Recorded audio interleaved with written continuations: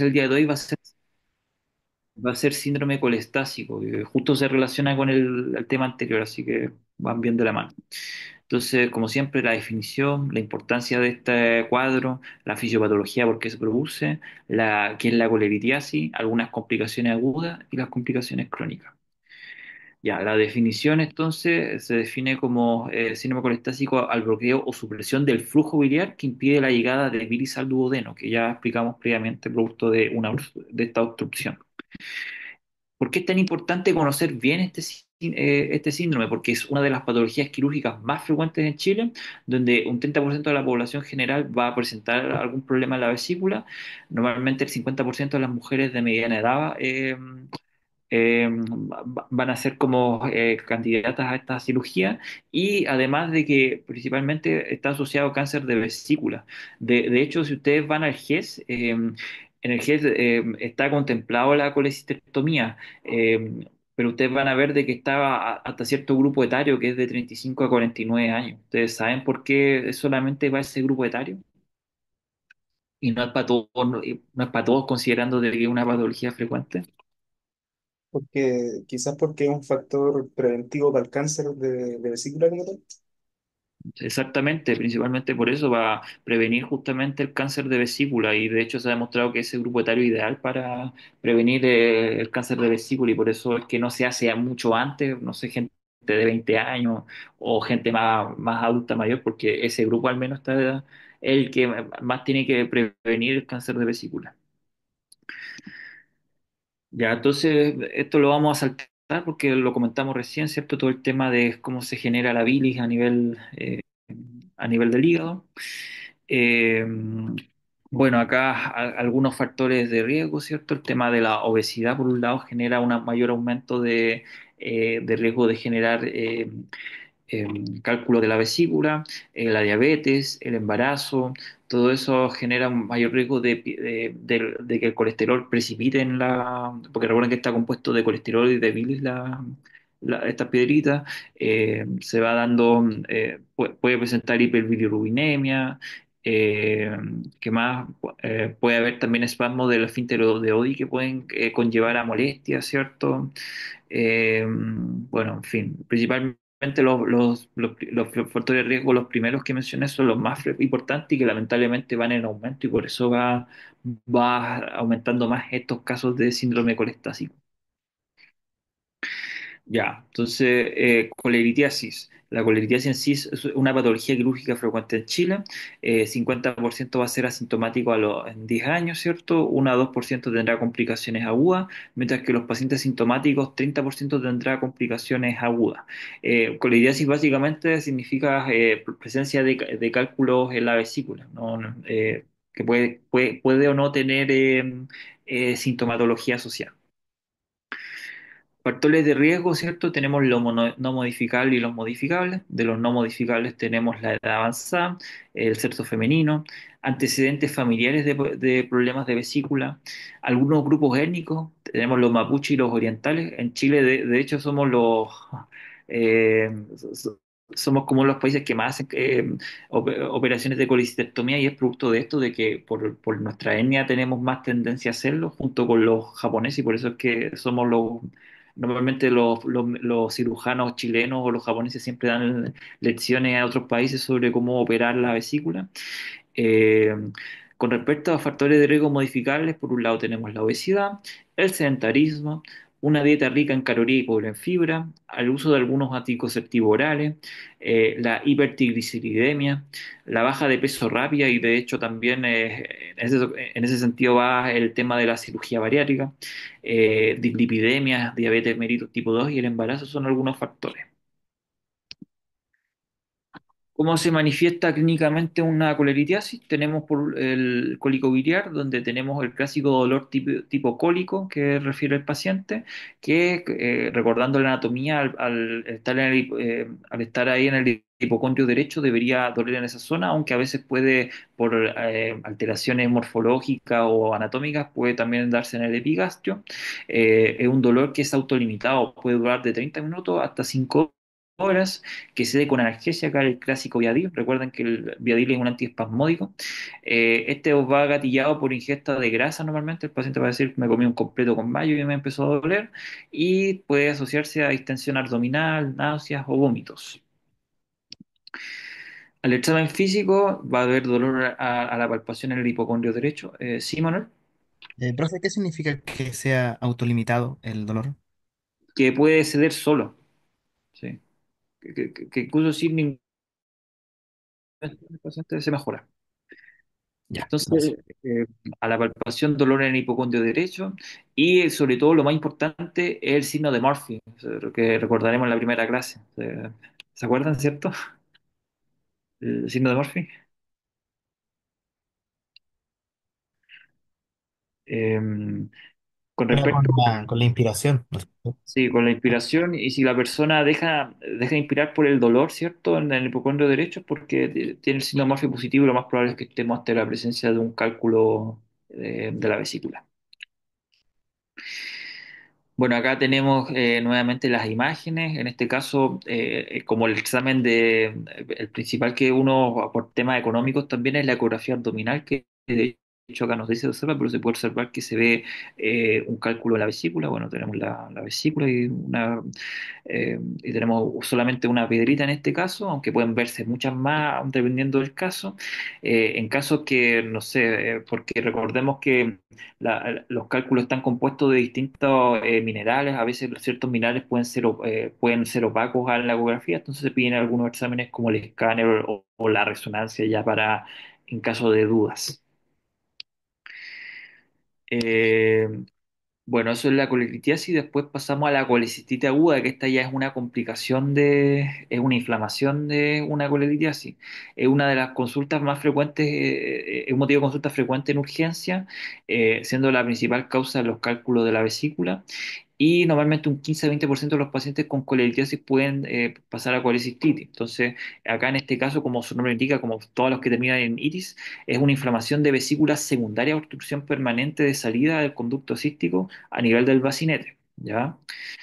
La colecistitis aguda, entonces, tenemos en este caso, normalmente se da entre los 40 y 80 años, tiene una historia de cólico biliar simple, ¿cierto? La persona, lo mismo que la colelitiasis, que venía con tiempo con esto, pero que este es un dolor que a diferencia del anterior se va intensificando con el tiempo y que persiste más allá de 6, incluso hasta un día, hasta 24 horas puede seguir con el dolor, se puede asociar a náuseas, vómito, anorexia. La analgesia disminuye, pero a diferencia del coleritiasis no es suficiente, no disminuye pero no cede. Al examen físico similar va a haber dolor, mayor dolor al hipocondrio derecho o al epigastrio, Murphy positivo, y a veces pueden encontrarse signos de irritación peritoneal, que eso nos hace sospechar perforación de vesícula. ¿Conocer algún signo de irritación peritoneal? Súper importante. El abdomen en tabla. Ya, y el nombre del signo. Yo conozco el signo de McBurney, por ejemplo, no sé si vale. Hay uno más simple todavía. Bueno, igual lo vamos a ver en las siguientes clases, pero el signo de Bramber es como el típico para descartar alguna irritación peritoneal. ¿Ya? Eh, bueno, entonces el diagnóstico de la colecistitis aguda se hace primero con la clínica, también en los exámenes vamos, como es una inflamación, van a haber aumento de los parámetros inflamatorios como la proteína C reactiva, las pruebas hepáticas van a salir alteradas, ¿cierto? En este caso vamos a ver el patrón colestásico que les mencioné previamente. También es importante pedir enzimas pancreáticas para descartar una pancreatitis, porque a veces la pancreatitis puede parecerse a una colecistitis aguda. Y la imagen así por elección sería la ecografía abdominal, considerando cierto que es algo que se puede encontrar en casi todos los hospitales y es de fácil acceso. Eh, bueno, entonces el dolor. Eh, algunos criterios a nivel de ecografía, bueno, esto no es necesario que se lo sepan, pero lo pongo porque los cirujanos sobre todo siempre preguntan esto, que en la ecografía van a ver que hay edema a nivel perivesicular, va a haber un engrosamiento de la pared vesicular, esto es clásico que lo preguntan, que va a ser siempre mayor a 4 milímetros, va a haber también obviamente evidencia de la litiasis, es decir, del cálculo se debería observar en la imagen, y además que un cálculo puede estar impactado en el bacinete, y también además que se puede dar un morfio ecográfico, es decir, que con la misma, en vez de usar nuestras manos, con el mismo ecógrafo le generamos un morfio que va a salir positivo. Eh, bueno, entonces nuevamente para diferenciar cuál es una colelitiasis o mejor dicho un cólico biliar es una colecistitis aguda, es por un lado que el dolor, el cólico biliar va a ser menor a 4 horas, mientras que la colecistitis va a persistir más de 6 horas. El cólico biliar no va a tener tensión abdominal, mientras que el colecistitis aguda sí, y de hecho eh, puede presentar también signos de inflamación como una fiebre, puede haber ictericia y puede tener aumento de los glóbulos blancos, es decir, mayor a 11.000. Entonces, esas son las grandes diferencias entre un cólico biliar con una colecistitis aguda. Otra complicación aguda que puede dar la colecistitis, o sea, la colelitiasis es la coledocolitiasis. En este caso, el problema no va a ser a nivel de la vesícula, va a ser un poquito más abajo en el coredo, en este caso. Eh, Acá vamos a tener una clínica un poco más insidiosa, va a haber cólico biliar, va a haber náuseas y acá van a haber síntomas colestásicos, que eso lo diferencia de los otros, que puede ser ictericia, acá puede haber coluria, puede haber prurito de la comezón y al examen físico va a ser muy similar a la colecitis aguda, además de que se puede asociar a ictericia, ¿cierto?, de forma variable.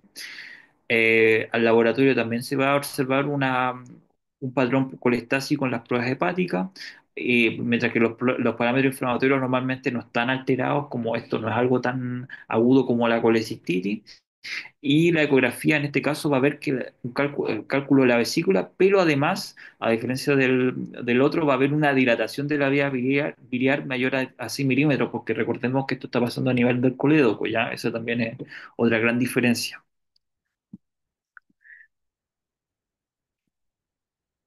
Acá también tenemos la corangitis, que este ya es el cuadro más agudo de los que les voy a mencionar, en donde acá ya hay una infección de la vesícula. Esto sí que es preguntable, que es la famosa tríada de Charcot de la colangitis, que se compone de tres puntos. Por un lado tenemos dolor en el hipocondrio derecho, tenemos fiebre y tenemos ictericia. Esos tres generan la tríada de Charcot y eso es colangitis hasta demostrar lo contrario. También tenemos la pentada de Reynolds, en caso de que un paciente se descompense aún más, donde aparte de tener la triada de Charcot, vamos a tener un paciente choqueado y que además va a tener alteraciones mentales por producto del shock. Entonces, esto se conoce como la pentada de Reynolds y esto es una colangitis aún más compleja.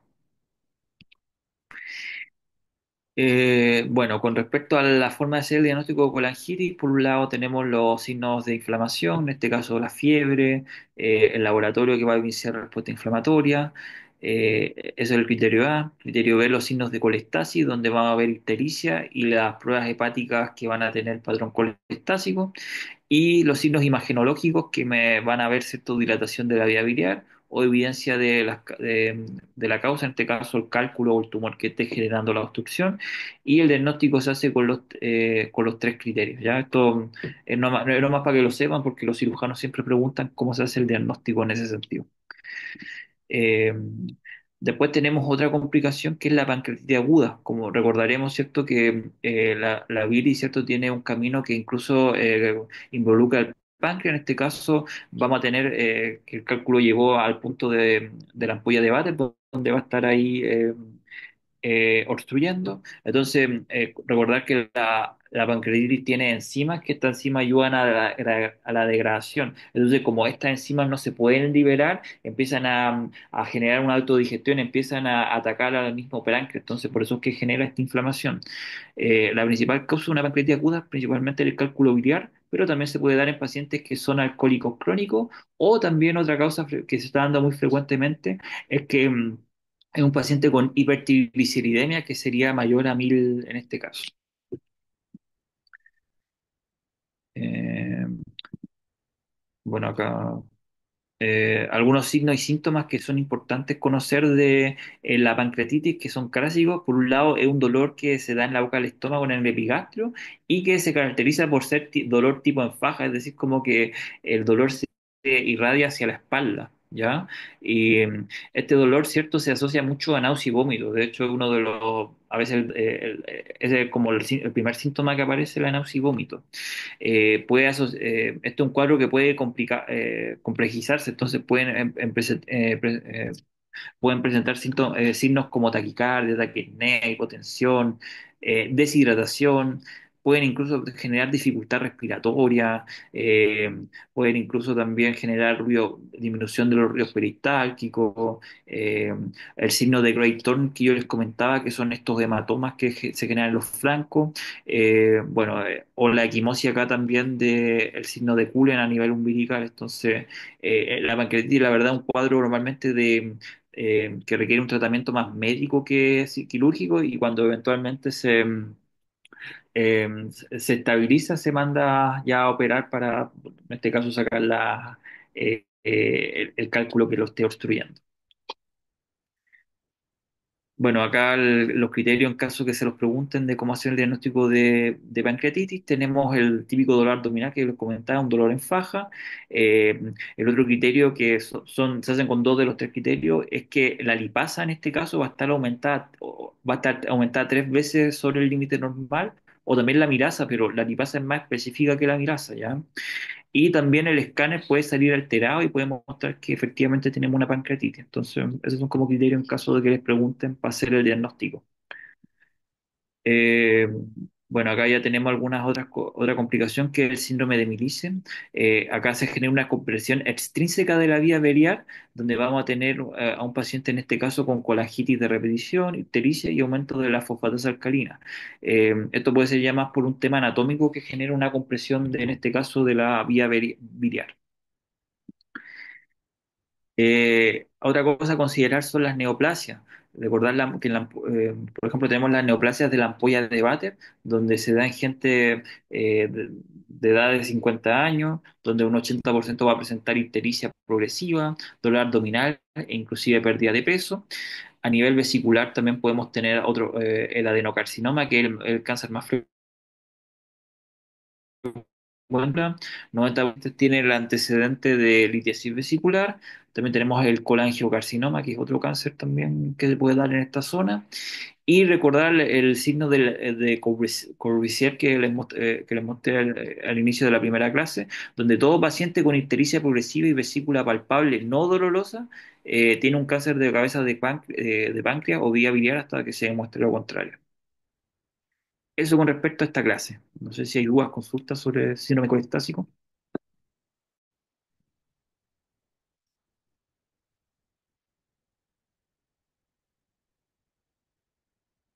Profe, ¿Sí? consulta. Es- Síndrome colestásico se refiere a cuando se bloquea como las vías, las diferentes vías. ¿Sí? Y la pancreatitis aguda, por ejemplo, es un ejemplo de que causa síndrome colestásico. Sí, de hecho, incluso un diagnóstico diferencial también bueno, porque recuerden que esto los cirujanos siempre lo comparan con una cañería, o sea, conocer bien, ¿cierto?, cómo todo esto va subiendo, cómo todo esto va bajando y cómo todo esto va conllevando justamente a estos cuadros de infecciones, inflamatorios, todo esto se casilla como síndrome colestásico. Pero, o sea, todos estos son cosas distintas que causan el mismo síndrome. Sí, son causas de ello. O Ah, sea, ya. ¿Y etiología. todas son por piedras, prácticamente, o obstrucciones? O Así. sea, la mayoría, pero como comentaba, por ejemplo, en el caso de la pancreatitis puede ser por aumento de los triglicéridos o el alcohol, o también pueden ser causas, aparte de las piedras, alguna neoplasia o por ejemplo, como el síndrome de Grise, que hay algo extrínseco, ¿no? Por ejemplo, la morfología de la persona que genere que esté obstruyendo, pero siempre hay una obstrucción que normalmente la mayoría de las veces por los cálculos. Ah, vale. Y la colangitis es una infección. Sí, una infección, porque como, a ver, como cierto, se genera una obstrucción, por ejemplo, tenemos una colecistitis, al igual que ocurre con el lavado de manos, las bacterias que están en el intestino empiezan a subir, a subir, a subir, hasta que llegan a la vesícula y empiezan a infectarla. Y de hecho son bacterias como la Escherichia coli, son todas estas bacterias que conocemos de nuestro tracto digestivo que empiezan a colonizar zonas que en teoría son estériles. Entonces, por eso se genera esta infección. Ya, gracias.